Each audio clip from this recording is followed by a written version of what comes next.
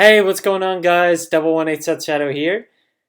So, the news in regards to prices for Shadowverse Evolve it really hasn't changed. Prices are still kind of stable and lower as we go along, and there are only a few exceptions in terms of cards that have seen some rises, and that's usually on the higher rarity side now. But if you're looking for base rarity stuff for Shadowverse Evolve, rejoice!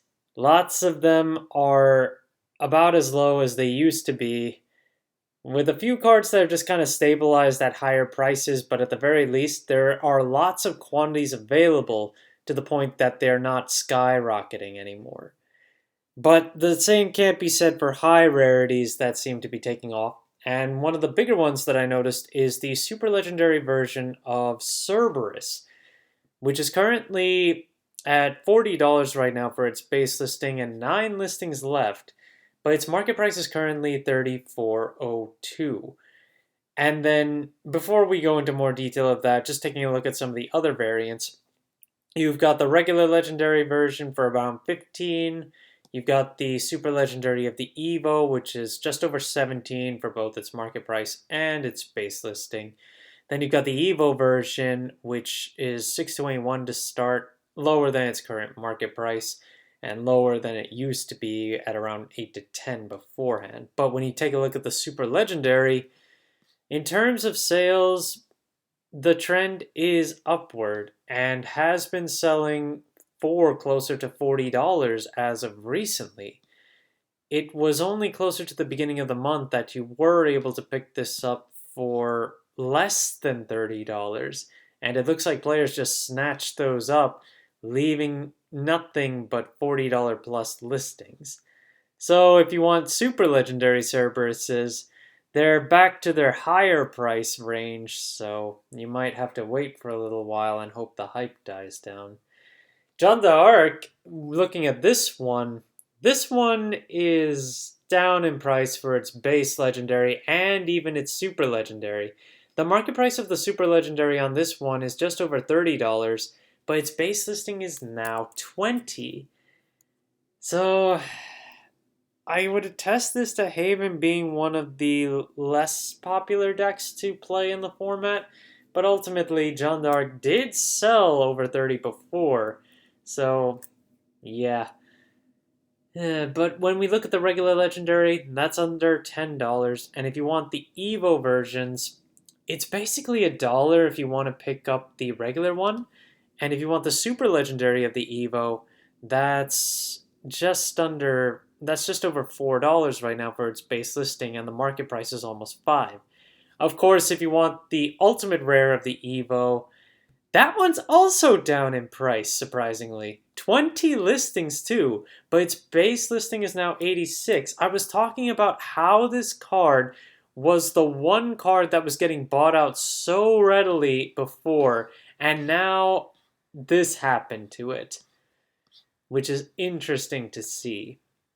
Effectively, yeah, you can pick up a fair amount of copies at $90 or under now, as opposed to the 100, 125 that it was getting up to and selling at some points.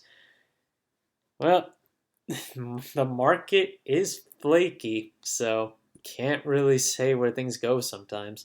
Dark Dragoon Forte is under $20 for its current legendary, and 1750 is the current base listing of that one. If we take a look in more detail, well, there were some listings just under 19 that sold. There are still listings at 1750, basically under $18 right now, and you've still got some under 19 too.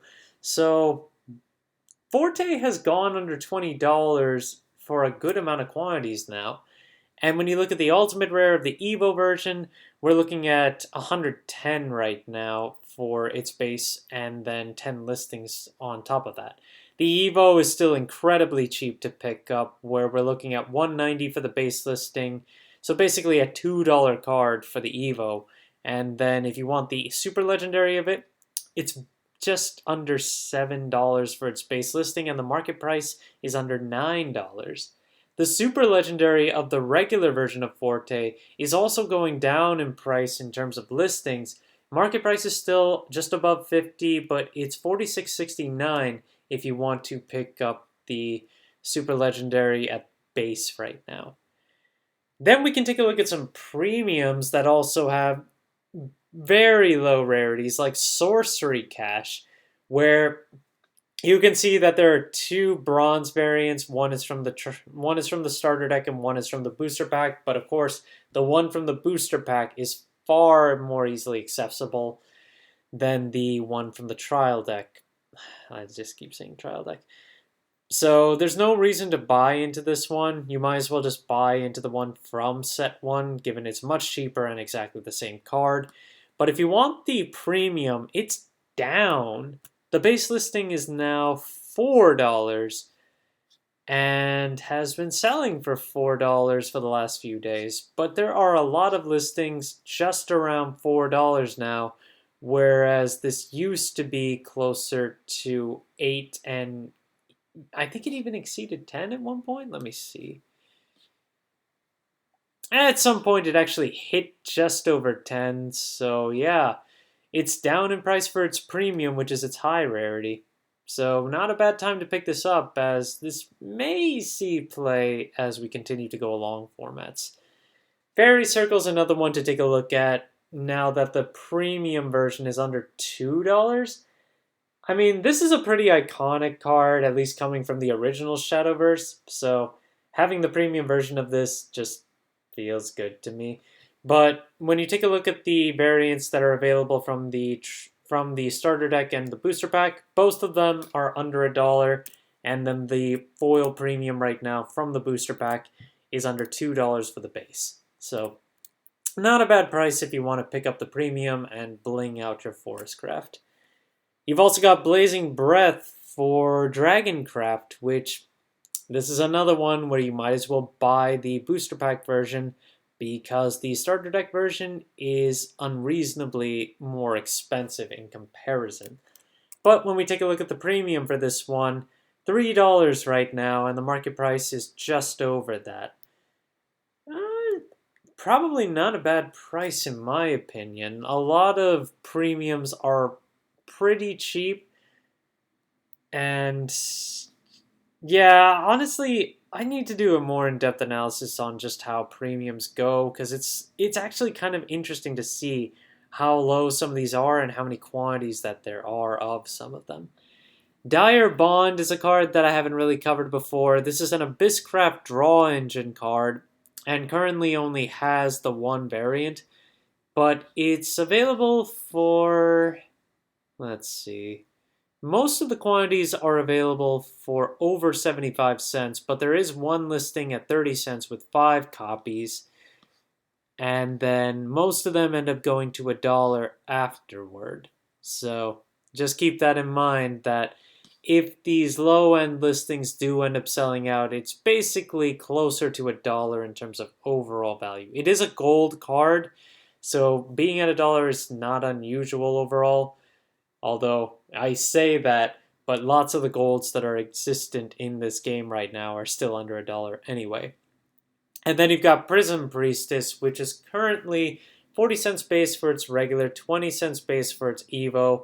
And if you take a look at the premium versions of them, the base is $4 minimum with a market price of closer to $5, and then you've got the evolved version, which is $2.50 minimum with a market price closer to $3.